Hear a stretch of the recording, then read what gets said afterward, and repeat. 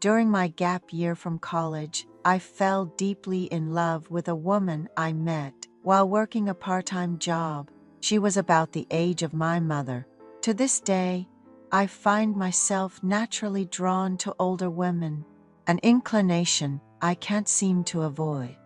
I had taken a year off after my junior year of college. With graduation looming, I faced the daunting prospect of entering the job market unprepared. Having focused solely on my studies up until then, I decided to take a break to prepare for certification and catch up on my studies. During my gap year, I lived diligently according to plan, meeting up with friends who were also taking time off, encouraging each other along the way. Once I had accomplished what I set out to do, I found myself with some spare time. That's when my aunt, who owned a restaurant a couple of hours away from our house, reached out. Knowing I was preparing to return to school, she asked for my help with the restaurant. Despite the restaurant's reputation as a culinary destination, attracting customers from far and wide, I hesitated, anticipating the hard work it entailed. However, the promise of being paid as well as a long-standing employee convinced me to pack my bags and head to her town. Working in the restaurant was relentless. It was financially rewarding but physically demanding. The work never seemed to end, from cleaning, ordering and preparing ingredients, washing dishes, greeting customers, managing reviews, to overseeing staff. My aunt worked tirelessly. I primarily served tables, a task made easier by my previous experience in the field. I was quick to respond to customers' calls. My aunt prioritized the staff's health, providing vitamins and treating everyone to a meal on good days, believing that well-treated employees would work harder and provide better service. She was a savvy business owner who knew how to manage people effectively. On rare occasions when the restaurant was empty, we would close early and take a break. She treated her staff like family, always ensuring we had fresh seasonal fruit and snacks. Despite any possible complaints, her efforts led to high sales every day. Now, let me tell you about my Aunt Annalise, who left a lasting impression on me. When I arrived at her restaurant, Aunt Annalise was in her late 40s. My aunt worked in the kitchen. I heard she's been on her own since her husband left. She got married young, and her kids are all grown up now, working and living their own lives. She mentioned that her children are financially independent, so she could work just for fun if she wanted. But she's healthy and still wants to work hard as long as she's able. I didn't have any friends at my aunt's restaurant, and after finishing work, I found myself bored. But I knew I'd be going home soon, so instead of trying to make a girlfriend, I just surfed the internet or played some games to cool off. There was this one day at Aunt Annalise's restaurant. After I got used to the restaurant work, I decided to stay overnight in the adjacent living quarters. Aunt Annalise told me I could help myself to the main course leftovers if I got hungry late at night. That evening, I was sitting in the restaurant, drinking beer with my meal. Preparing to close, Aunt Annalise saw me drinking alone and suggested we chat, saying it looked lonely to drink by myself.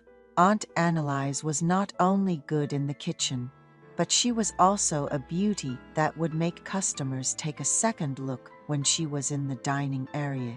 I thought it was amazing how such a beauty spent her day in front of a hot stove.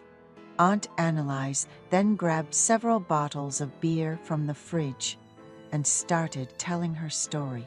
She met her husband in her early 20s and got pregnant, which led to their marriage. The first few years were truly happy. Then one day, A woman called her, claiming she had been with her husband since her late teens, knew about their marriage, and now wanted her man back. It turned out her husband had been seeing another woman all this time, and this woman acted as if she were his wife, which was shocking to Aunt Annalise. Her husband had been leading a double life with this woman since high school. Although they had no children together, Aunt Annalise couldn't bring herself to leave him immediately because of their children, so she endured and lived as if they were still married until the kids were grown.